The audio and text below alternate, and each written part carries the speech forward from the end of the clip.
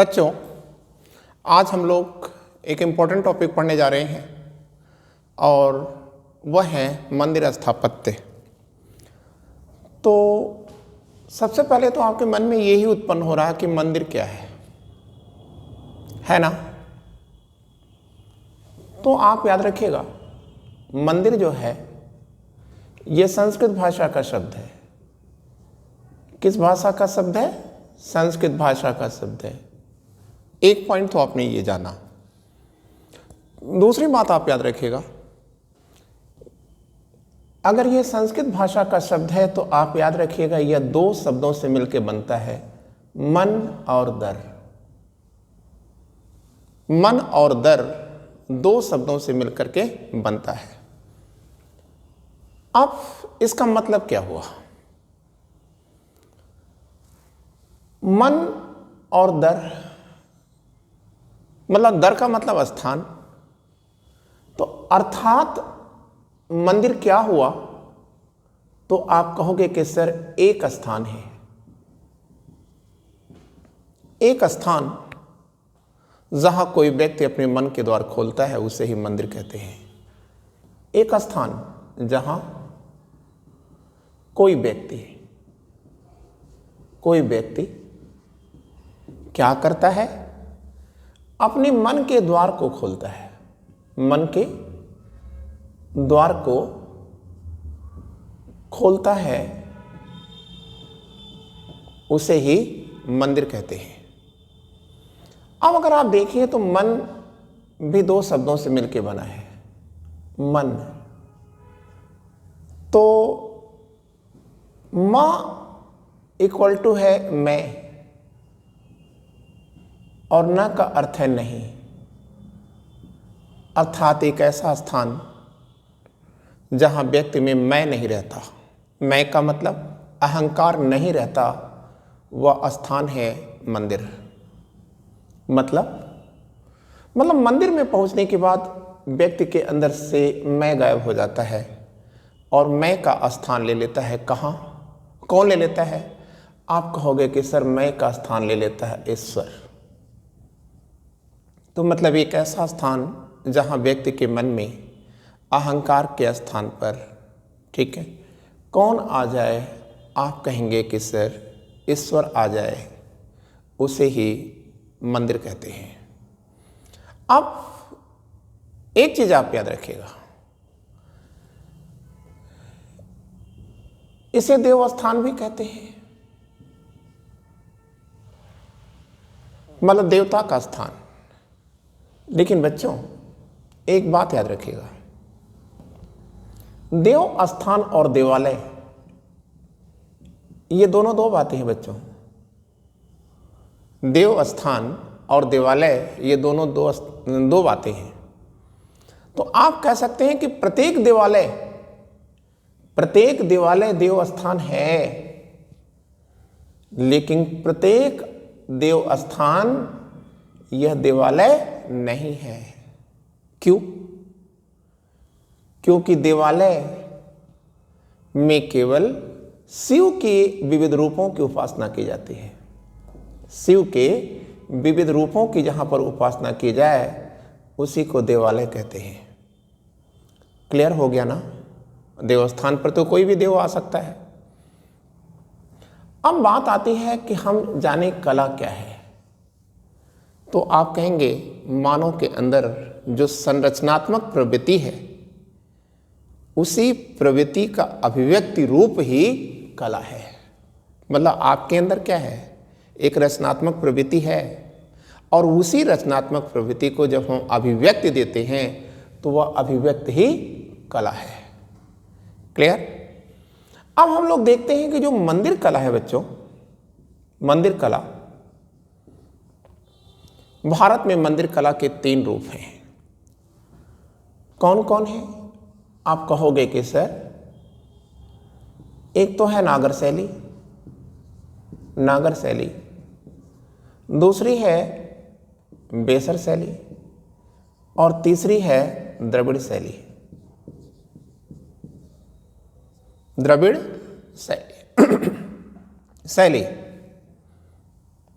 ये जो बेसर शैली है इसी को आप कर्नाटक शैली भी कहते हैं। क्या कहते हैं? कर्नाटक शैली भी कहते हैं। इसी को आप चालुक्य शैली भी कह सकते हैं। चालुक्य शैली भी कह सकते हैं। इसी को आप सोलंकी शैली भी कह सकते हैं। सोलंकी शैली भी कह सकते हैं। क्लियर? अब ये जो नागर शैली है बच्चों, इसका उद्भव कहाँ होता है? आप कहेंगे सर उत्तर भारत के नगरों में होता है इसलिए नागर है। नागर मतलब नगर में। किसके नगर में? उत्तर भारत के नगरों में जो निर्माण कला, स्थापत्य निर्माण कला विकसित हुई है उसी को नागर शैली कहते हैं। और बेसर शैली क्या है? आप कहेंगे कि सर दक्कन में मंदिर निर्माण की जो कला विकसित होती है उसे बेसर शैली कहते हैं। ठीक है? और यह कहाँ से कहाँ तक है बेसर शैली? आप कहेंगे कि सर विंध्य पर्वत के बाद से चलिए आप, विंध्य पर्वत के दक्षिण में चलिए और कृष्णा नदी तक चलिए आप, तो ये जो बीच का स्थान आया, इसी बीच के स्थान पर बेसर शैली या कर्नाटक शैली या सोलंकी शैली या चालुक्य शैली का विकास हुआ है। और कृष्णा नदी के दक्षिण में जब आप चलते हैं और कहाँ तक जाते हैं? कृष्णा टू बेगई। बेगई भारत की दक्षिणतम नदी है बेगई। तो कृष्णा से लेकर के और बेगई नदी के बीच जो कला विकसित होती है, मंदिर कला विकसित होती है, वही है द्रविड़ शैली। क्लियर बच्चों? तो आप देख रहे हैं कि इन तीनों मंदिर निर्माण की जो तीनों शैलियां हैं ये 3 स्थानों पर विकसित होती हैं। क्लियर ना? तो अब हमको क्या करना चाहिए? अब एग्जैक्टली हमको एक एक मंदिर के बारे में जानना चाहिए। ठीक है? एक एक मंदिर निर्माण शैली के बारे में जानना चाहिए। एक एक मंदिर को तो आप जान ही नहीं सकते भाई, इतनी ज़्यादा व्यापक है कि उसको जान ही नहीं सकते आप।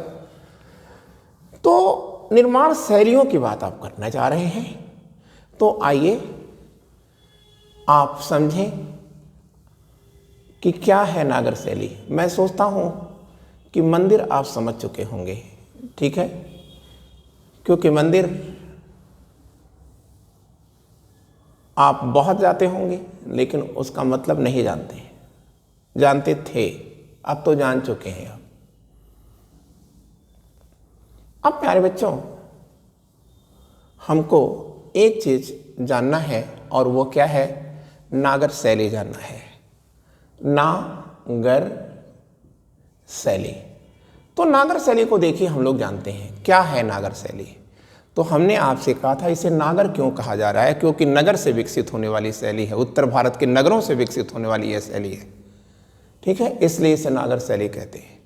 इसका आकार क्या है? तो आप कहेंगे सर इसका आकार चतुष्कोणीय है। चतुष्कोणीय है। एक पॉइंट हो गया। अब इस मंदिर को हम लोग कैसे पढ़ेंगे? ऊपर से नीचे की ओर ये कैसे बनता है? ठीक है? हम लोग उसको पढ़ेंगे। नीचे से ऊपर तक पढ़ने में थोड़ा मुश्किलें आएंगी आपको, लेकिन ऊपर से नीचे तक अगर आप पढ़ेंगे कि मतलब ऊपर क्या है, फिर उसके बाद क्या है, फिर उसके बाद क्या है, फिर उसके बाद क्या है, फिर नीचे क्या है, अगर आप ऐसे पढ़ते हैं तो आप बहुत अच्छा कर जाएंगे। तो आइए ऊपर से नीचे की ओर हम पढ़ रहे हैं।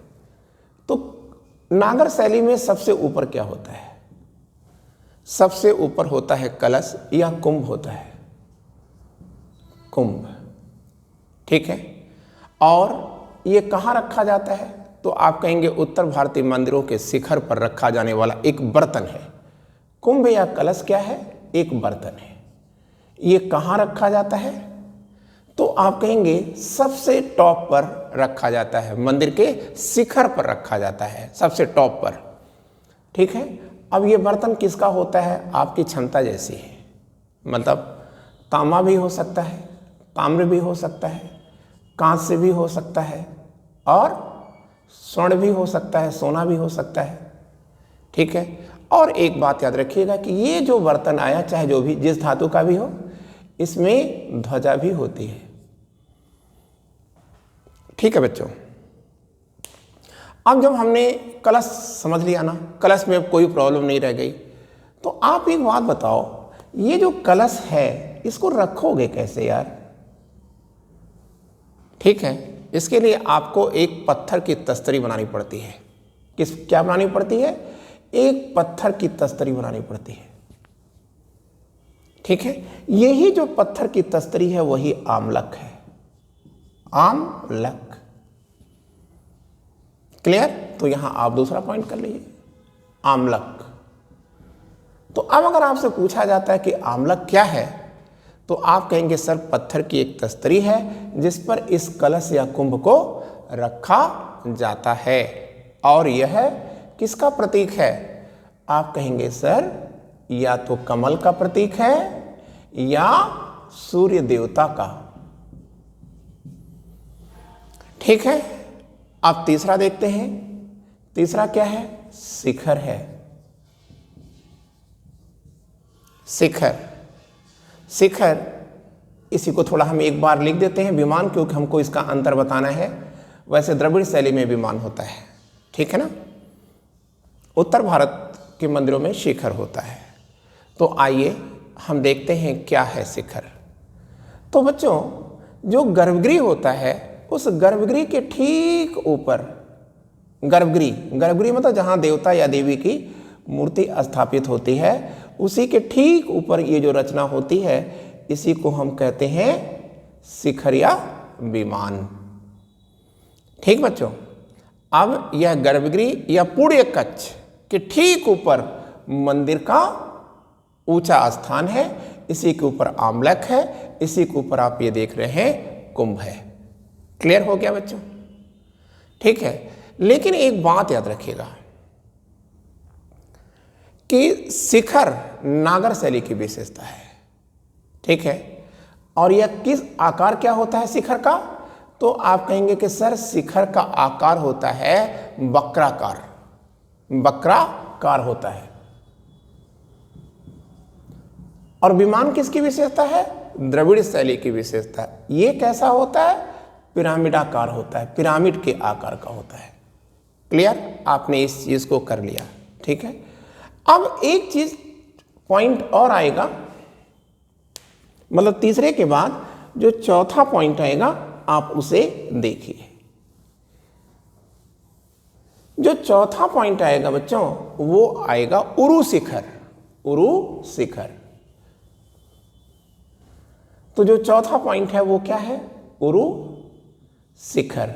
अब ये उरु शिखर क्या है? ठीक है, उरु,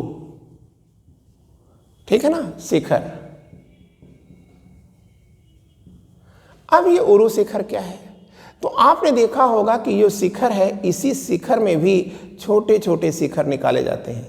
ऐसे ऐसे बहुत सारे शिखर निकाले जाते हैं ना, ऐसे ऐसे। क्लियर? तो मेरे प्यारे बच्चों, शिखर से नहीं, शिखर में जब उप शिखर का विकास किया जाए तो उसी को उरु शिखर कहते हैं। और उरु शिखर कभी भी शिखर से ऊंचा नहीं होता। ठीक है, फिर इसके बाद जो भी पॉइंट आ रहा है पांचवा होना चाहिए, अंतराल। अब अगर आपसे पूछा जाता है अंतराल क्या है, ठीक है, तो आप कहेंगे गर्भगृह, ये यहां गर्भगृह आएगा, गृह, और ये थोड़ी दूर पर मंडपम है, मंडपम। तो गर्भगृह और मंडपम के बीच, ठीक है, जो खाली स्थान है उसी को क्या कहते हैं? अंतराल कहते हैं। ठीक है, मतलब गर्भगृह और मंडपम के बीच ये जो खाली स्थान आया, यही खाली स्थान अंतराल है। यहीं रुक करके भक्तजन अपनी बारी के आने का इंतजार करते हैं। क्लियर? अब मंडपम क्या है? अब बात तो आई कि मंडपम भी हम जाने। मंडपम, तो बच्चों मंडपम को उड़ीसा में जगमोहन भी कहते हैं। जगमोहन, मंडपम या जगमोहन। ठीक है, तो ये है क्या? आप कहेंगे सर एक स्थान है, मंदिर में एक स्थान है जहां असेंबली या उत्सव या नृत्य इत्यादि किए जाते हैं मंडपम या जगमोहन कहा जाता है। ठीक है, क्लियर हो गया। अब प्रदक्षिणा पथ क्या होता है? प्रदक्षिणा पथ तो आप कहेंगे गर्भगृह के चारों ओर परिक्रमा करने के लिए जो खाली स्थान होता है उसी को प्रदक्षिणा पथ कहते हैं। प्रदक्षिणा पथ हर मंदिर में हो यह कोई जरूरी नहीं है। तो इसका मतलब जिस मंदिर में प्रदक्षिणा पथ होता है उस मंदिर को संधार मंदिर कहा जाता है, संधार। और जिसमें नहीं होता है उसे निरंधार मंदिर कहा जाता है, निरंधार। निरंधार मतलब प्रदक्षिणा पथ नहीं है। शानदार किसका मतलब क्या हुआ? इसमें प्रदक्षिणा पथ है। अब गर्भगृह क्या है? इसको ये तो सभी जानते हैं। मंदिर का वह पूर्ण कक्ष है जिसमें देवता या देवी की मूर्तियां स्थापित की जाती हैं। ठीक है ना। यदि गर्भगृह में 5 देवताओं की मूर्तियां हैं, 5 देवता गर्भगृह में आए तो इसे पंचायतन शैली का मंदिर कहा जाता है। और पंचायतन शैली का विकास किसने किया है? तो मेरे प्यारे बच्चों, महान दार्शनिक शंकराचार्य को पंचायतन शैली का जनक माना जाता है। ठीक है। इसमें क्या होता है? पंचायतन में केंद्र में एक मुख्य देवता होता है और चारों कोनों पर 4 देवता होते हैं, सहायक देवता होते हैं। ये पंचायतन शैली का विकास क्यों किया गया है? एक का देवत्व एकता को स्थापित करने के लिए, मतलब एकेश्वरवाद की भावनाओं को लोगों में पहुंचाने के लिए। ठीक है, पंचायतन प्रणाली का विकास किया गया है। ठीक है। अब पंचायतन शैली का जो महत्वपूर्ण मंदिर है वह क्या है? खजुराहो का मंदिर है। ठीक है, खजुराहो पंचायतन शैली का है। और इसके अतिरिक्त रत्नागिरी कहाँ पड़ता है? महाराष्ट्र में पड़ता है रत्नागिरी। और रत्नागिरी जिले में ही व्योमेश्वर का मंदिर है, व्योमेश्वर का मंदिर। यह व्योमेश्वर का मंदिर भी पंचायतन शैली का मंदिर है। ठीक है। और अब आप याद रखिएगा, उड़ीसा में जो गर्भगृह होते हैं, ठीक है, उनको क्या कहा जाता है? गर्भगृह को उड़ीसा में क्या कहा जाता है? तो आप कहोगे कि सर देउल कहा जाता है, देउल। ठीक है, यहाँ आप कर लीजिएगा, देउल। देउल देउल क्या है? आप कहेंगे कि सर उड़ीसा के मंदिरों के जो गर्भगृह हैं उनको हम लोग देउल कहते हैं। ठीक है ना। और अब ठीक है, तो ये भी आप याद रखिएगा कि उड़ीसा के जितने भी मंदिर हैं सभी नागर शैली के ही मंदिर हैं। कहीं कंफ्यूजन में मत रहिएगा आप। उड़ीसा के जितने भी मंदिर हैं वे सारे मंदिर किस शैली के बने हैं बच्चों? आप कहोगे कि सर वो सब नागर शैली के मंदिर हैं। अपवाद क्या है उसका? तो आप कहेंगे बैताल देवल मंदिर। उड़ीसा का बैताल देवल मंदिर यही अपवाद है और यह द्रविड़ शैली का मंदिर है। ठीक है। और उत्तर भारत में समस्त मंदिर नागर शैली के हैं। अपवाद है ग्वालियर का तैली मंदिर, ग्वालियर का तैली मंदिर, यह द्रविड़ शैली का है। अन्यथा उत्तर भारत में जितने भी मंदिर हैं वे सभी मंदिर किस शैली के बने हैं? तो आप कहोगे कि सर वे सभी नागर शैली के मंदिर हैं। ठीक है।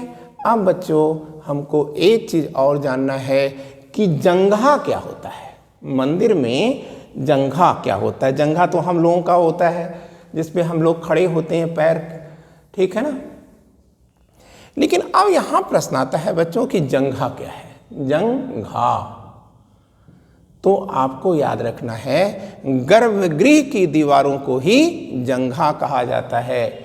मतलब दीवार, किसकी दीवार?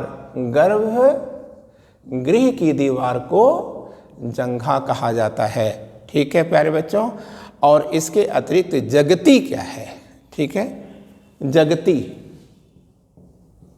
जगती क्या है? अगर आपसे पूछा जाता है कि नागर शैली में जगती क्या है तो आप कहेंगे गर्भगृह के बाहर जो खाली स्थान है उसी को जगती कहा जाता है। मतलब गर्भ गृह के बाहर जो खाली स्थान है, ठीक है, जहाँ बैठ के आप देव मूर्तियों को निहार सकते हैं, उसी को क्या कहा जाता है? उसी को जगती कहा जाता है। ठीक है। अब पूछ देगा कि किसी मंदिर का, नागर शैली का जो मंदिर है, उसमें अधिष्ठान क्या होता है? यह अधिष्ठान है। अधिष्ठान क्या है? तो आप कहना यार कि अधिष्ठान पर ही जगती होता है, अधिष्ठान के ऊपर ही जगती होता है। ठीक है। लेकिन अब पूछा जाए कि अधिष्ठान क्या है, आप कहेंगे कि सर मंदिर का बेसमेंट है, ये मंदिर का बेसमेंट, यही क्या है? आप कहोगे यही अधिष्ठान है। फिर आपसे एक चीज़ और पूछ देगा, कपोत क्या है? ठीक है। तो आप कहोगे मंदिरों की खिड़कियों को, कपोत क्या है? मंदिरों के ऊपरी भाग को, मंदिरों की खिड़कियों को, मंदिरों के किनारे को सुंदर बनाने के लिए जिस शिल्प का प्रयोग किया जाता है, उस शिल्प को ही कपोत कहते हैं। ठीक है ना, आपने जान लिया। क्लियर। और अब बच्चों हमको एक चीज और जानना है कि जो नागर शैली है, इसकी 4 उप शैलियां भी हैं, 4 उप शैली भी हैं। कौन कौन सी उपशैली है? तो आप कहोगे कि सर 4 है ना, 3 1 4। एक है पाल शैली, पाल उपशैली, उपशैली। दूसरा है खजुराहो, खजुराहो उपशैली। और तीसरा क्या है? उड़ीसा या ओडिशा, ओडिशा उपशैली। और चौथा क्या है? तो चौथा है चालुक्य या सोलंकी शैली, सोलंकी शैली। ठीक है। तो हम थोड़ा सा इन दोनों को देख लेते हैं। ठीक है। और कोई जरूरत नहीं है उसकी। क्लियर। तो आइए हम लोग देखते हैं पाल उपशैली के बारे में, जानते हैं कि क्या होती है पाल उपशैली। तो आप याद रखिए कि ये पाल कौन लोग हैं। आप कहेंगे कि सर बंगाल में शासन करने वाले राजपूत लोग हैं। और ये लोग किस धर्म के मानने वाले थे? तो आप कहेंगे बौद्ध लोग थे। तो इन्होंने बौद्ध मंदिरों का निर्माण किया, बौद्ध विहारों का निर्माण किया, महाविहारों का निर्माण किया। तो उनके निर्माण में पालों ने जो भी निर्माण किया है वो सब नागर उपशैली के हैं। क्लियर है। अब बच्चों जो पाल उपशैली है, ठीक है, इसमें 4 प्रकार की कलाएं निर्मित की जाती हैं। एक मंदिर कला है, मंदिर कला। दूसरी क्या है बताइए? दूसरी क्या है? स्तूप कला। और तीसरी बताएं आप, वो क्या है? आप कहोगे कि तीसरी है बिहार कला। और चौथी है चैत्य कला। क्लियर है ना। और अब इनकी जो विहार हैं, उन विहारों में सबसे उत्कृष्ट विहार है विक्रमशिला विश्वविद्यालय या विक्रमशिला महाविहार। महाविहार ये कहाँ है? आप कहेंगे भागलपुर में है, बिहार के भागलपुर में है।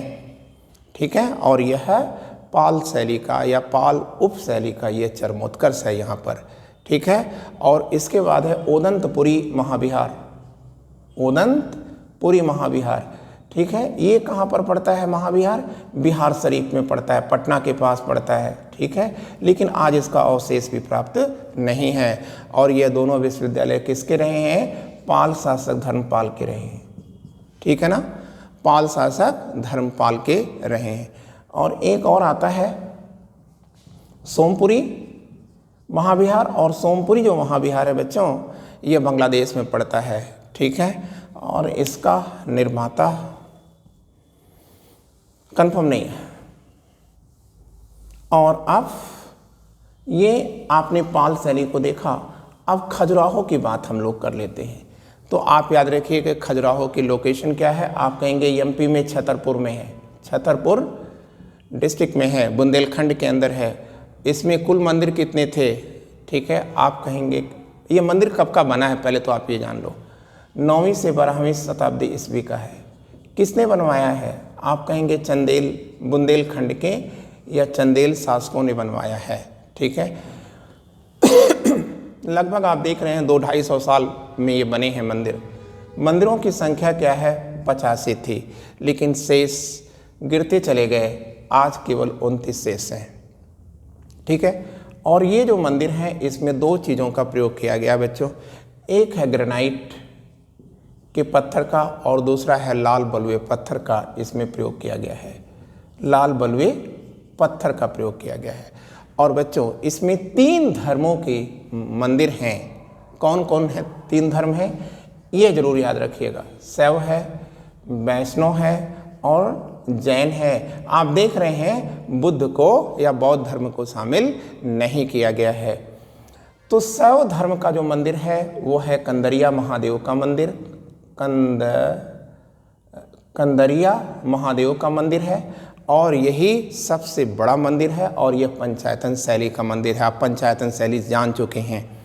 इसके बाद जैन मंदिरों में कौन सा है? पार्श्वनाथ का मंदिर जो है ये बहुत ही भव्य मंदिर बनाया गया है। और वैष्णव मंदिर में अगर आपसे पूछा जाता है सबसे बड़ा भव्य क्या है, आप कहोगे कि सर चतुर्भुज मंदिर, भुज मंदिर यह सबसे बड़ा है। और स्त्रियों की भी में 64 योगिनी का मंदिर यहाँ पर है। लेकिन एक बड़ी बात आपको याद रखनी है कि 1986 से, ठीक है, खजुराहो यूनेस्को की विश्व धरोहर सूची में शामिल कर लिया गया है। कब से? 1986 से। ठीक है, यह यूनेस्को की विश्व धरोहर सूची में शामिल कर लिया गया। तो आप इसे ध्यान दीजिएगा, ठीक है ना, कि 1926 में इसे ठीक है, मैंने 86 को 26 बोल दिया। ठीक है, तो आप बच्चों नागर शैली के जो प्रसिद्ध मंदिर हैं उनको हम लोग पढ़ लेते हैं। तो पहला ही मंदिर आ गया कंदरिया महादेव का मंदिर। आप जानते हैं कि यह कहाँ है? आप कहेंगे कि सर यह चंदेल शासकों ने लगभग 200-250 साल में खजुराहो के मंदिरों का निर्माण किया है और कंदरिया महादेव मंदिर यह खजुराहो में है। ठीक है, छतरपुर एमपी में है। इसके बाद लिंगराज मंदिर आता है। नागर शैली के शानदार मंदिर हैं ये सभी, लिंगराज मंदिर। और मेरे प्यारे बच्चों जो लिंगराज मंदिर है, यह लिंगराज मंदिर 2 राजवंशों द्वारा निर्मित है। एक सोमवंशी और दूसरा गंगवंशी राजपूतों द्वारा निर्मित है। गंगवंशी राजपूतों द्वारा निर्मित है। ठीक है ना। ये कहाँ बना है? आप कहेंगे कि सर लिंगराज मंदिर भुवनेश्वर में है, भुवनेश्वर में है। और बच्चों इसके बाद ये भी आप जान लीजिएगा कि यह मंदिर कब का है। तो 8वीं शताब्दी ईस्वी का मंदिर है ये। अब बच्चों हमारे सामने एक और मंदिर आता है और वो है जगन्नाथ मंदिर। जगन्नाथ मंदिर। और ये जगन्नाथ मंदिर यह किसका है? तो आप कहेंगे अवंती बर्मन चोडगंग का है। चोडगंग का है। और यह मंदिर किस भगवान का है? विष्णु भगवान का है ये। ठीक है। और ये कहाँ पर है? ये जगन्नाथ मंदिर पुरी में। और ये कब का है? 12वीं शताब्दी ईस्वी का है। ठीक है। और जगन्नाथ मंदिर के बाद एक और मंदिर आता है, वो है कोणार्क का सूर्य मंदिर। ये जरूर याद रखिएगा, कोणार्क का सूर्य मंदिर। ठीक है। और कोणार्क के सूर्य मंदिर को ही दक्षिण का खजुराहो भी कहा जाता है। ठीक है। कोणार्क मंदिर।